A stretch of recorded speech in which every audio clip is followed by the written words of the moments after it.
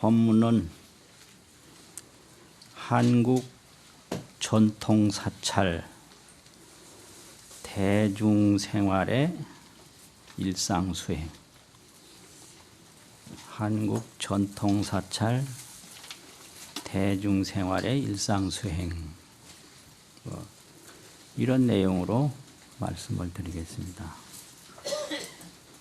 이제 전통 사찰이라고 하면 우리나라의 삼보사찰을 의시해서 불보사찰, 법보사찰, 성보사찰. 역사가 적어도 1000년은 넘고 대단히 좋은 전통을 많이 간직한 그런 사찰을 말합니다. 거기에는 이제 역사도 있지만 대중이 쭉 맥을 이어왔습니다. 그래서 그 대중의 구성을 보면 보통 이제 100명이 넘는 사찰도 있고요. 또 100명이 채 못 되는 사찰도 있고 또 200명이 넘는 사찰이 우리나라에 있는지는 모르겠는데 대부분 보면 150명 내외가 큰 사찰 규모입니다. 그러면 그런 대중이 모여서 어떻게 구성을 하고 있느냐 하면 전부 소임으로 그 대중이 구성되어 있습니다. 소임, 맡은 책임이죠. 그러면 그 소임이 그 성격으로 구분을 하면 하소임도 있고 중소임도 있고 상소임이 있는데요. 하소임이라고 그러면 밥하고 나물 무치고 국 끓이고 청소하고 또 밖에 나가서 채전밭 가꾸고 또 이제 각 법당에 청소하고 부처님 시봉하고 이런 아주 기본적인 것이 하소임입니다. 그리고 이제 중소임이라고 그러면 그 중간에서 여러 가지 대중의 인력과 그 사찰의 재반 사항을 관리하는 그런 업무가 중소임인데 그런 분들을 허리 요자를 써서 요중이라고 합니다. 요중. 보통 이제 옛날에 3직이라고 했고 요즘에 7직이라고 해서 그 중간 관리 소임이 있습니다. 그다음에 이제 상소임이라고 그러면 주지 스님, 방장 스님, 조실 스님 이런 이제 큰 스님들이 상소임에 속합니다. 그런데 각자 맡은 소임이 있는데요. 그 각자 맡은 소임의 성격이 뭐냐면 전부가 대중을 위해서 하는 것입니다. 대중을 위해서. 대중을 위해서 밥을 하죠. 대중을 위해서 나물을 무치죠. 대중을 위해서 국을 끓이죠. 밥하는 분을 반두라고 그래요. 머리두자 밥반자. 국 끓이는 분을 갱두라고 그럽니다. 또 나물 무치는 분을 채두라고 그러고요. 채공이라고도 하고 또 풀 끓이는 분을 마두라고 그러고 청소하는 분을 정두라고 그래요. 깨끗할 정자를 써서 정두. 이게 이제 전부가 자기를 위해서 하는 게 아니고 대중을 위해서 하거든요. 대중을 위해서. 이렇게 이제 하다 보니까 이게 아주 중요한 문제가 있습니다. 대중이 하도 많으니까 이 소임을 잘하는지 못하는지 대중이 환히 알아요. 아주 성의를 다해서 정성을 다해서 하지 아니하면 대중이 그냥 환히 한다는 거고요. 또 하나는 시간을 엄격하게 지켜야 됩니다. 아무리 잘해도 시간이 조금이라도 늦으면 이거 안 되는 겁니다. 뭐 예를 들면 공양 시간이 오전 11시 반이다 그러면 그 밥이 잘 되도록 가진 정성을 다 들여야 그 밥이 잘 됩니다. 조금이라도 딴 생각하면 이게 밥이 안 돼요. 그래서 밥을 아주 잘해서 그 시간에 딱 맞춰서 돼야 돼요. 이게 소임입니다. 그렇게 이제 구성이 돼 있고, 그 다음에 그 대중의 염원, 요즘 말하면 대중의 이념은 어떤 거냐. 그 각종 축원문을 가만히 보면요. 첫 번째 염원은 현증수복입니다. 현세에 수명과 복덕을 정장시킨다. 이게 다 뭐 복덕이 좋거든요. 또 수명 오래 사는 거 좋은 거예요. 그 오래 사는 건 나쁜 거 전혀 아니거든요.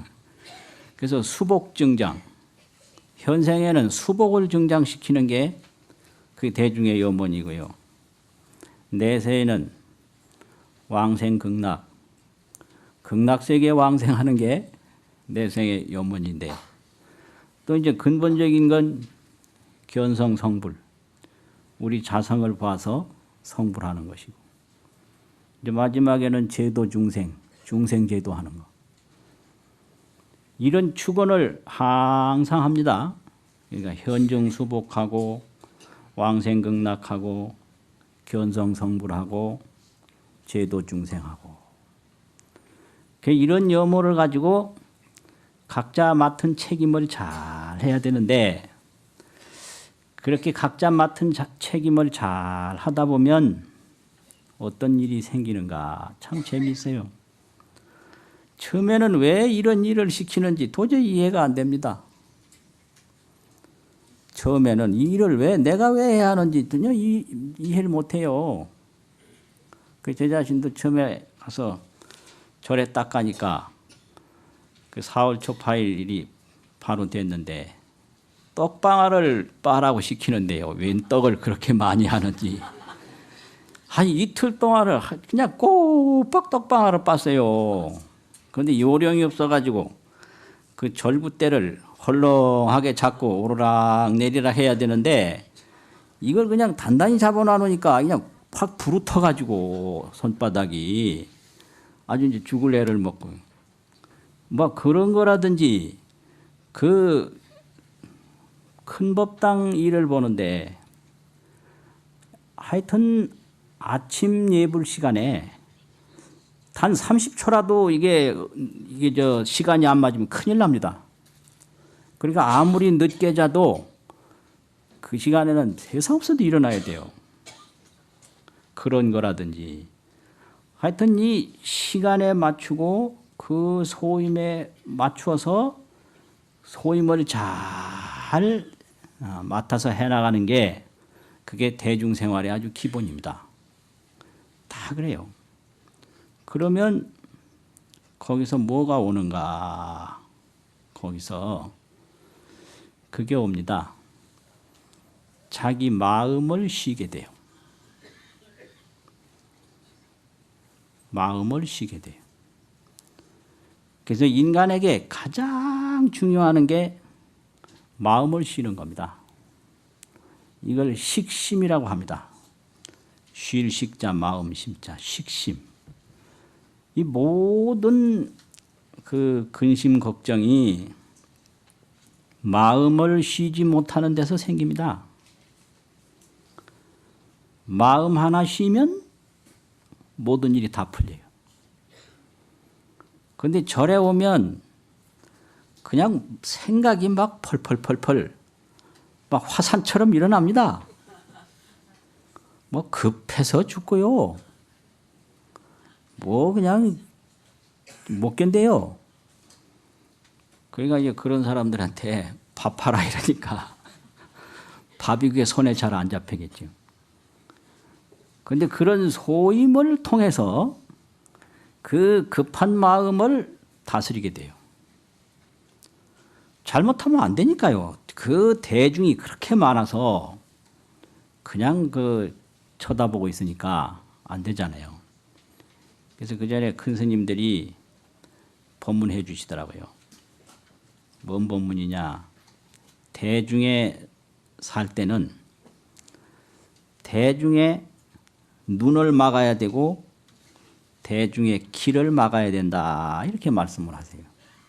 그래서 여쭤봤습니다. 대중의 눈을 어떻게 막고 대중의 길을 어떻게 막습니까? 이렇게 여쭤봤거든요. 그러니까 대답이 간단하더라고요. 대중 눈에 거슬리는 행동을 안 하면 된다. 이게 눈을 막는 거예요. 예? 대중의 귀에 거슬리는 행동을 안 하면 된다. 그러니까 대중에서 하려면 대중의 눈을 막아라. 눈에 거슬리는 거 하지 말고 귀에 거슬리는 거 하지 마라. 이렇게 말씀하시더라고요. 그래서 그 가르침이 아주 평생 아주 깊은 감동으로 지금까지 남습니다. 그래요. 그렇게 대중소임을 잘 하고 남는 시간에는 다른 공부를 하는 게 아니라 경을 본다든지 좌선을 한다든지 연부를 한다든지 주력을 한다든지 하는 거예요. 그것만 하는 게 아닙니다.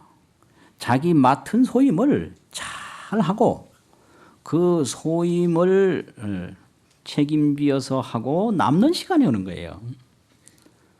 아니 밥하는 사람이 밥 안 하고 가서 다라니만 해봐요. 그렇지 않습니까? 이 법당 소임 맡은 사람이 법당 문도 안 열고 청소도 안 하고 불도 안 켜고 다라니 뭐 참선한다고 앉아 있어 봐요. 안 되는 거거든요. 쫓겨나요 그걸. 그걸 출송시킨다고 그래요. 출송. 내보내는 거예요. 그렇잖아요. 내보내는 거예요. 그게 수행입니다. 그게. 그 소임 수행 없이 그 자기 그냥 전문 수행만 해가지고 이게 되지 않거든요. 절대 안 됩니다. 그렇게 되면은 그 부질없이 급한 마음이 쉬어집니다. 그래서 마음 하나 쉬면 해탈합니다. 그러면 그런 그 수행이라든지 이런 길에 대해서는 이제 그 글을 통해서 뭐 치문이라든지 뭐 사집이라든지 사교, 대교 이런 걸 통해서 이제 가르쳐 줍니다. 그런데 이제 제일 거기서 강조하는 게 마음 쉬는 공부예요. 마음 쉬는 공부가 그게 진짜 내 공부입니다. 마음 하나 못 쉬면 거기서 온갖 재앙이 생깁니다.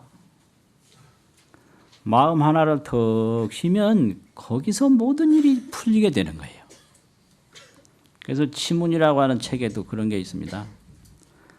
관이 칠규하라, 7구멍을 막아라, 폐의 육정하라, 6가지 감정을 닫아라.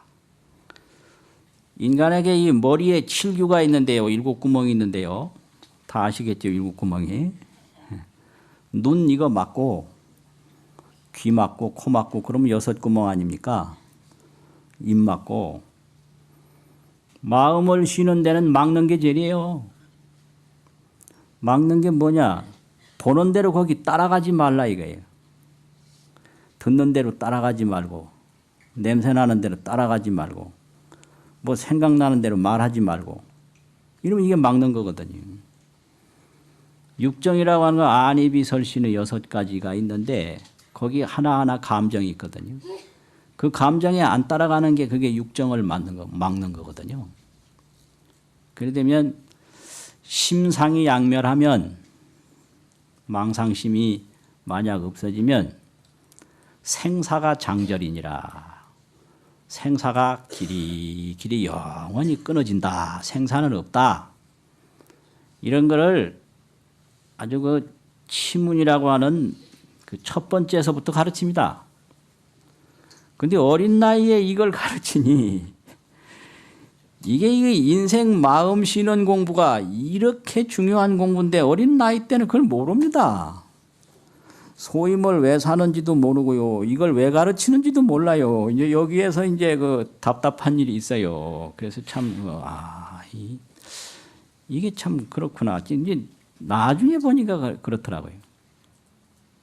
그래서 이제 신라 시대에 의상 스님이 계셨는데 의상 스님이 직접 그 태백산 그 갈대밭 대로방이라고 하는 데서 진정제자 무슨 지통제자 이런 분들과 함께 화엄법회도 많이 하고 그러셨는데 이런 분들에게 그 법문한 법문이 기록으로 전해지고 있습니다. 의상 스님 직접 법문인데요. 의상 스님이 뭔 법문을 하셨느냐면 식심이면 적불이라 마음을 쉬면 곧 부처다. 식심. 마음 하나 쉬면 부처다. 뭐 저 보는 데 따라가고 듣는 데 따라가고 생각대로 움직이고 이게 번뇌망상인데 이 번뇌망상 하나 잘 조복시키면 부처인 거예요. 그게 식심입니다. 기심이면 비불이라 마음을 일으키면 부처가 아니다. 이 마음을 일으킬 줄만 알고 마음을 쉴 줄을 모르는 것은 뭐와 같은 거냐. 여인이 이수정기에 어떤 사람이 물로 그릇을 잘 씻을 적에 부지 능정탁수라 물로 그릇 씻을 줄만 알았지 탁한 물을 깨끗하게 할 줄은 모르는 것 같다. 능정탁수. 또 이수정기.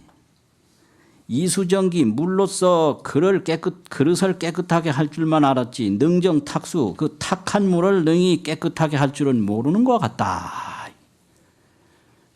이게 우리가 이겁니다. 우리는 우리 마음을 가지고 이 생각도 하고 저 생각도 하고 이것도 보고 저것도 보고 보는데요. 우리 마음 자체를 밝힐 줄은 모르는 거예요.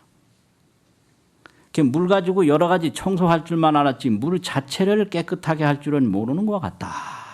이게 얼마나 중요한 법문입니까? 수정의 영명이요 물이 깨끗하면 물에 비치는 그림자가 밝고 수탁의 영혼이라 물이 혼탁하면 그림자가 어둡다.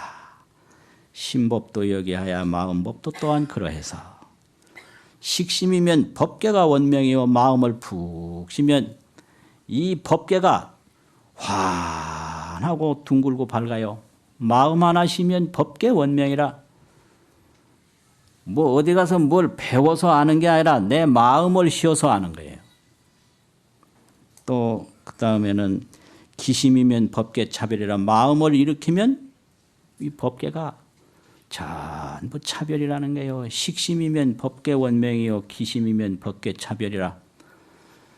이제 이런 가르침을 준 그런 위대한 가르침이 의상 스님의 가르침입니다. 그런 이 해상이 신라 시대에 그대로 있었던 거예요. 그런 전통을 이어오는 게 그 전통 사찰 대중의 가풍이거든요. 그래서 심히 안주하면 마음이 편안하게 머물면 무슨 말씀이 있는가? 법계 제법이 법계 모든 현상이 모든 이치가 현하고 오척신이 아니라 모든 우주 이치가 나의 오척신. 옛날에는 키가 오척신밖에 안 됐던가 봐요. 신라시대 분들은 오늘보다 좀 키가 작았던가 보지. 오척신이라고 그랬어요. 여러 군데에서 기록을. 요즘 다 6척이라고 그러고 6척도 넘죠 요즘에. 7척도 되는 분이 있죠. 그 마음이 푹 쉬어지면 우리 몸에 우주의 이치가 다 드러난다. 현어 오척신이라. 이렇게 이 식심을 강조를 하셨어요. 무엇을 이것도 생각하고 저것도 생각하고 이건 견해인데요. 견해. 견해 뭐 있다는 견해 없다는 견해 잘났다는 견해 못났다는 견해 온갖 견해는 전부 이게 마음을 일으키는 건데 그건 내 문제하고 아무 상관이 없습니다. 산다는 견해 죽는다는 견해 다 소용없어요. 이건 전부 견해일 뿐이지 그 진실이 아니에요. 그래서 이런 견해를 넘어가야 거기에 참다운 자기 본래의 세계가 보이는 겁니다. 그래서 어떠한 가르침을 주더라도 그것은 그 진실 세계, 다른 말로 실상이라고 하는데 진실, 실상의 세계를 보게 하는 손가락이거든요. 그러면 그런 가르침을 통해서 자기 마음이 쉬어지고 밝아져야 그걸 봅니다. 손가락이에요, 다. 그런데 이거 뭐 생사견, 열반견, 생사다, 열반이다. 뭐 유아견, 무아견, 나라는 게 있다, 나라는 게 없다. 무아다. 무아라고 자꾸 주장을 해요. 그러면 그건 무아가 아니고 무아의 견이거든요. 무아하고 무아견하고는 완전히 10만 8천이에요. 무아라고 하는 건 내가 봐야죠. 무아가 어떤 건지 내가 봐야 되는 세계고요. 무아견이라고 하는 건 내가 없다라고 생각하는 거예요. 무아견이 무아가 아니고요. 유아견이 유아가 아닙니다. 이 견, 이건 손가락이고. 그래서 그걸 통해서 보는 거. 그게 견성성불입니다. 보는 거. 그게 전부 말 가지고 주장을 하면 손가락만 가지고 주장을 하지 달을 못 보는 거와 갖는 거거든요. 갖는 거. 그게 이렇게 마음을 쉬는 그런 수행을 잘 하고 이러면 대중 그 자체가 하나의 부처님인 거예요.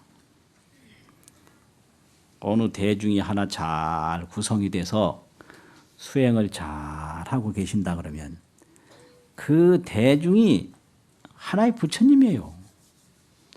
이게 바로 대중이 부처님이다 이 뜻입니다.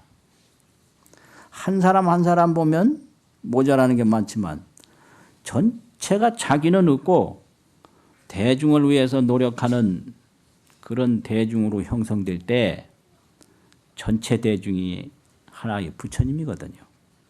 그래서 이런 법문이 서산 스님 법문에 있습니다. 서산 스님께서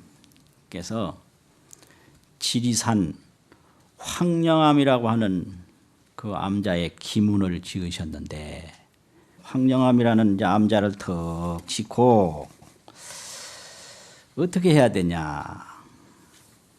이 선정승으로 위지골하고 참선 잘하는 이 스님으로 그 대중의 뼈를 삼는다. 위지골이라. 선정승은 뼈다. 사람으로 말하면 이 골격이다 이 말이에요. 또 간경승으로 위지육하고 이 경을 보는 스님은 근육이다. 또 이 죽반승으로 위지피하고 죽반승이라고 하는 것은 아침에 죽, 점심에 밥. 그러니까 그냥 보통 대중이다 이 소리요. 보통 대중. 뭐 특별한 뭐 경을 전문적으로 보는 스님이 아니고 선을 전문적으로 잘하는 분이 아니고 보통 대중 그죠. 때 되면 죽 먹고 때 되면 밥 먹고 이러는 스님도 사람으로 말하면 피부다 이거예요. 위지 피부. 이 피부도 또 굉장히 중요한 거거든요. 아무리 뼈가 중요하지만 피부 없어 봐요. 그게 유지가 되겠습니까? 그런 말씀을 하시고요.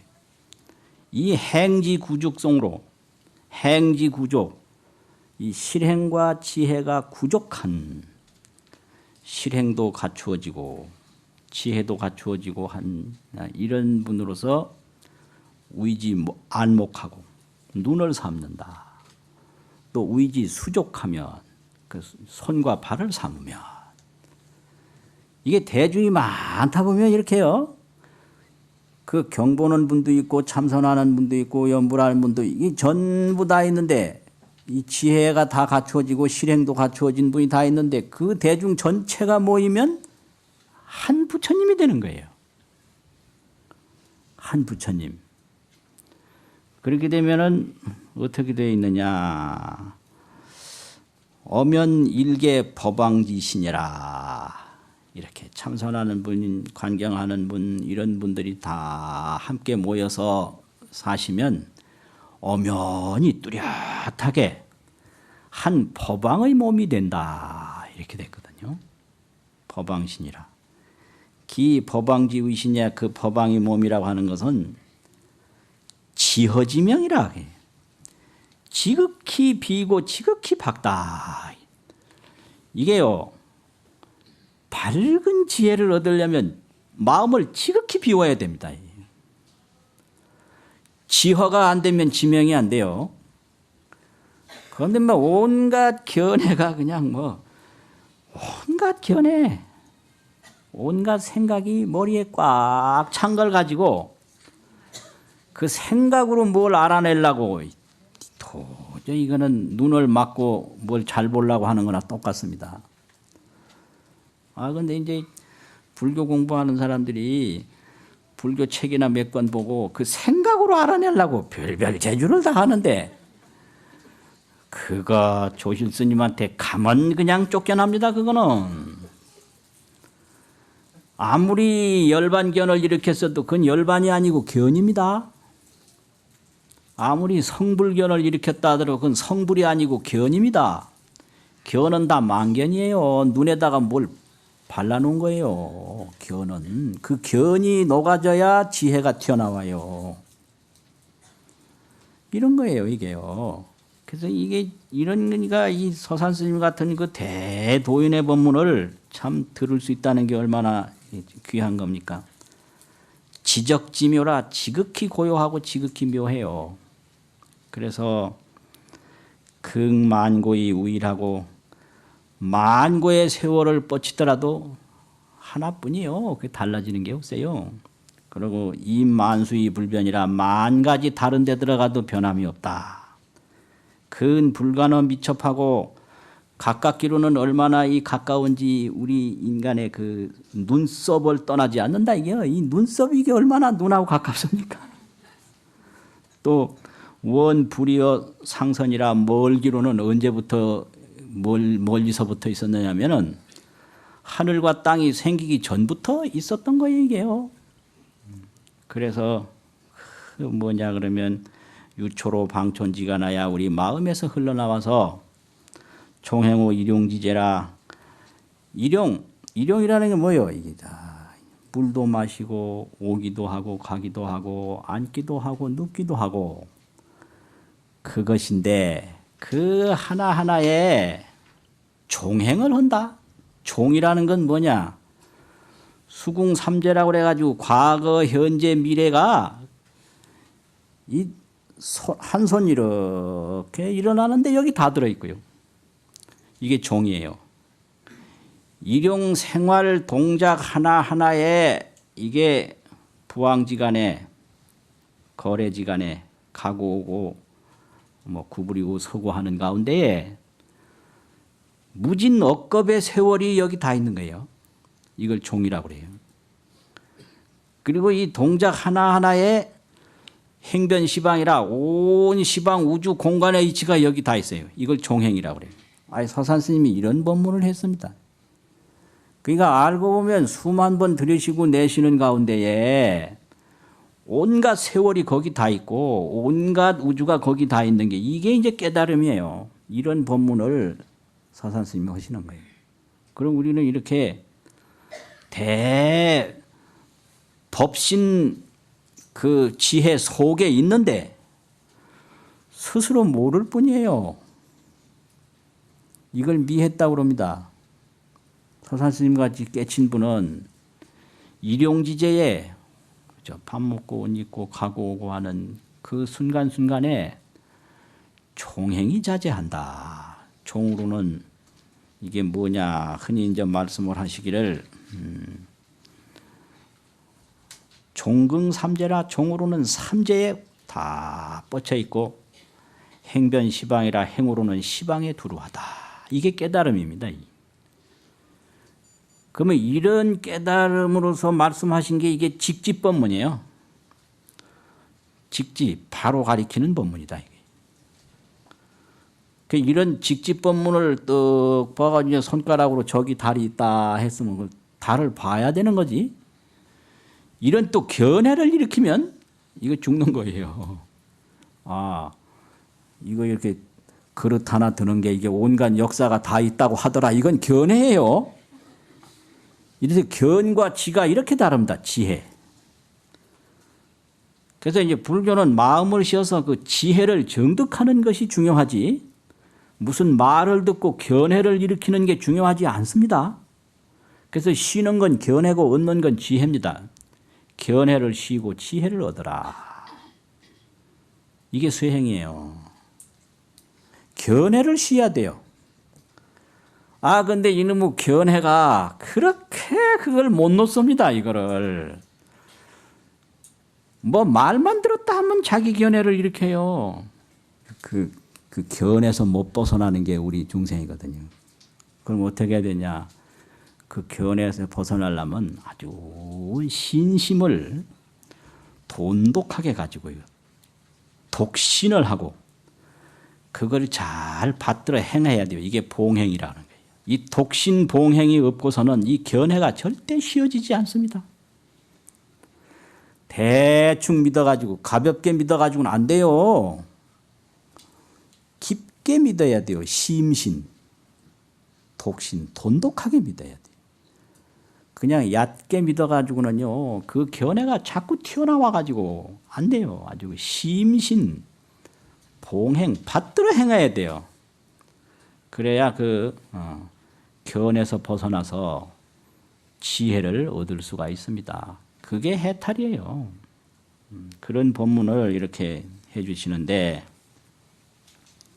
이런 이제 법문을 이렇게 또 들어보면 이게 그냥 되는 게 아니고요. 반드시 스승이 필요해요. 그래서 성가가 오늘날까지 쭉 내려온 것은 사자상승의 법통으로 내려왔습니다. 사자상승. 스승과 제자가 서로 이어가는 그러한 관계로 이게 와요. 그래서 이 스승은 제자를 잘 인도해야 되고 제자는 스승의 법을 잘 받들어 행해야 되고 그 인도와 봉행이 딱 맞아야 그 올바른 그 공부의 길로 들어갈 수가 있어요. 그래서 오늘날 책으로 공부하시는 분들 조심해야 됩니다. 성가에는 이렇게 사자상승의 법통이 있는데 그냥 뭐 책방에 가면요 책뿐이거든요.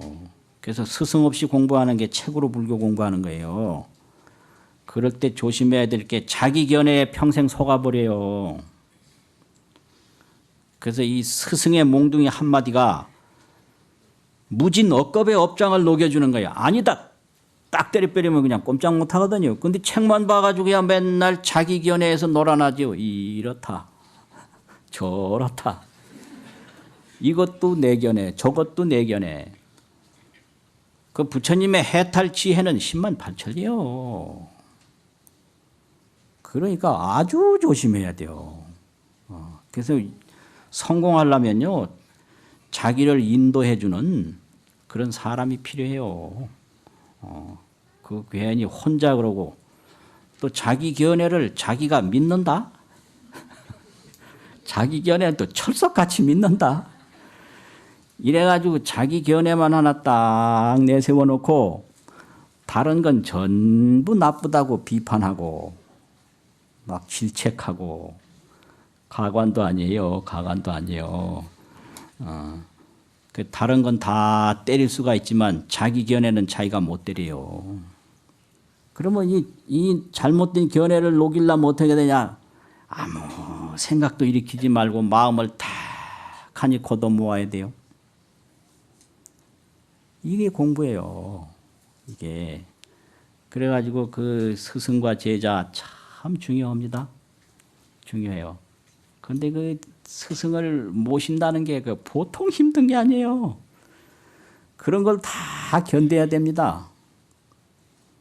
이제 그 가운데 그 스님 시봉하는 그 소임이 있는데, 시봉 소임이 있는데, 이 시봉이 이게 굉장히 아주 좋은 소임이고 중요한 소임인데요. 큰 스님 시봉을 어린 나이에 젊은 나이에 잘 하면 그 큰 스님 평생을 통해서 닦은 그 덕과 지혜를 몸에 익힐 수가 있어요. 이 시봉은 말하기 전에 준비해 놓는 겁니다. 말 끊어져서 가져오려면 그건 안 돼요. 그거는. 그래서 딱하니 그거 또 스님의 말을 듣고 말대로 움직이면 절대 안 되고 그 스님의 마음을 헤아려서 움직여야 되거든요. 제가 통도사에서 아주 젊은 나이에 올라가는 게 법상 올라가는 것만 미리 익혀서 뭐 26살 때부터 이래 법상에 올라가가지고 지금 이제 60이 넘었는데 이 보통 일이 아니에요. 조실 스님도 나오시고 그 큰 스님 나오시고 뒷방에 요소요소 큰 스님 다 나오셔.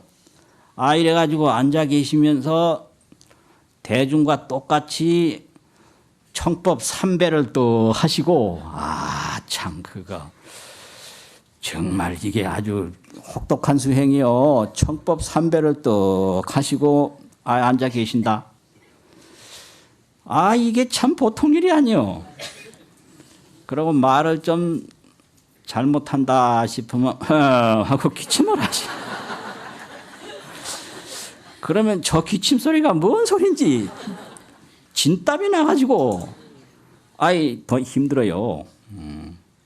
근데 내중에 보니까 그때 그 수련이 내 자신한테 그렇게 중요한 수련이더라고요. 그런 처음에 법상에 올라갈 때부터 그런 큰 스님들의 가르침이 없었다면 뭐 어떻게 됐을까 이런 생각도 들고요.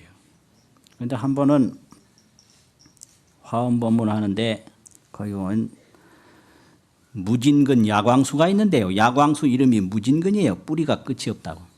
근데 그 야광수가 근능생경하고 뿌리는 능이 줄기를 내고 경능생근이라 또 줄기는 능이 뿌리를 낸다.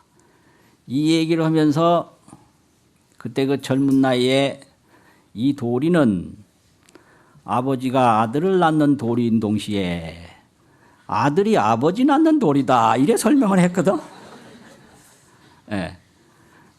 이거 뿌리가 줄기 낳고 줄기가 뿌리 나니까 이 도리가 딴 게 아니고 아버지가 아들 낳는 도리요. 또 아들이 아버지 낳는 도리다. 이래 이제 했는데 그 어떤 나이 많은 스님이 이제 법상에서 내려왔는데 말씀하시더라고요. 그 세상에 자식이 애비 낳는다는 그런 망발이 어딨냐. 그 설명해봐라. 그래서 며칠 있으면요. 경봉 큰 스님이 오시니까 경봉 큰 스님한테 한번 여쭤보십시오. 그랬거든. 왜 직접 하지 그러니까 제가 설명하면 믿음이 덜 갈 거 아닙니까?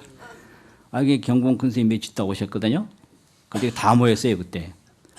그러니까 이제 모든 귀와 입이 경봉 스님 앞에로 먼저 가는 거예요. 뭐라고 말하라.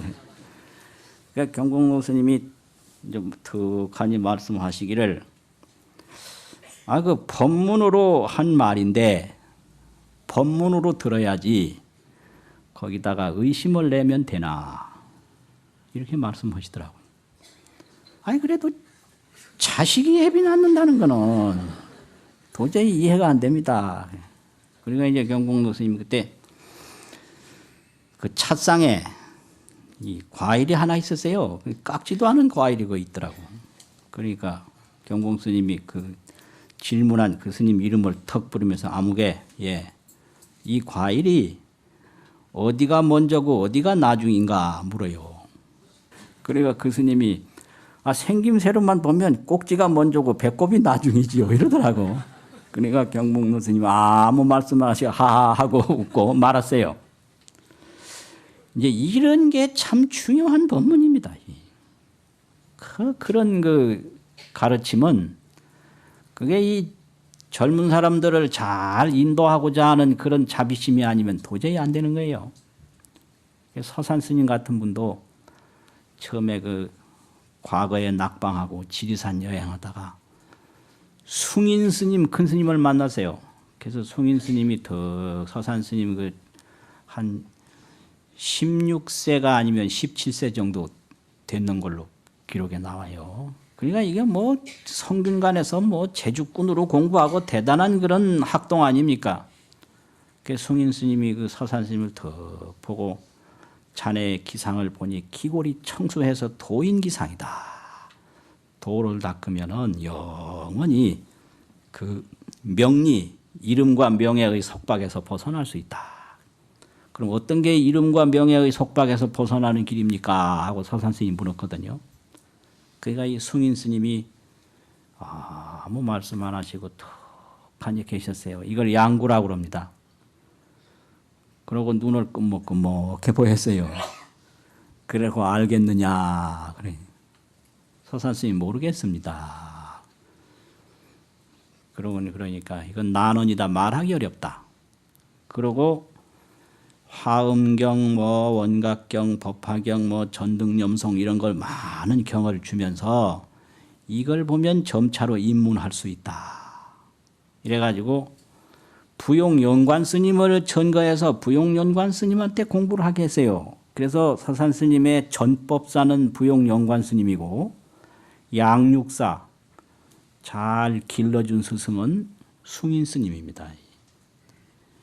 그 숭인 스님이 그렇게 안 이끌어주지 않았으면요, 서산 스님 같은 도인이 어떻게 나왔겠습니까? 이게 사자상승이에요. 이 사자상승이라는 게 이렇게 중요합니다.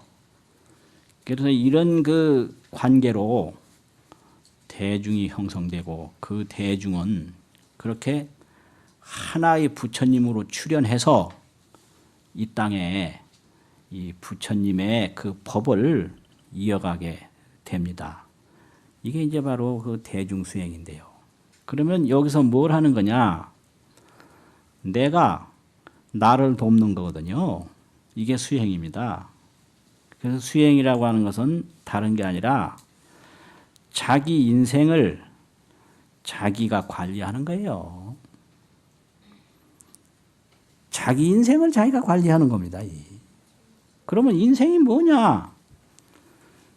오늘날 큰 스님도 그래 말씀하시고 옛날에 경복로 스님도 늘 말씀하시기를 우리 몸이라는 것은 반은 어머니 것이고 반은 아버지 것이다. 분명하죠? 그러면 이 몸은 어머니 아버지고 나는 누구냐 이거예요. 이거 찾아야 돼요.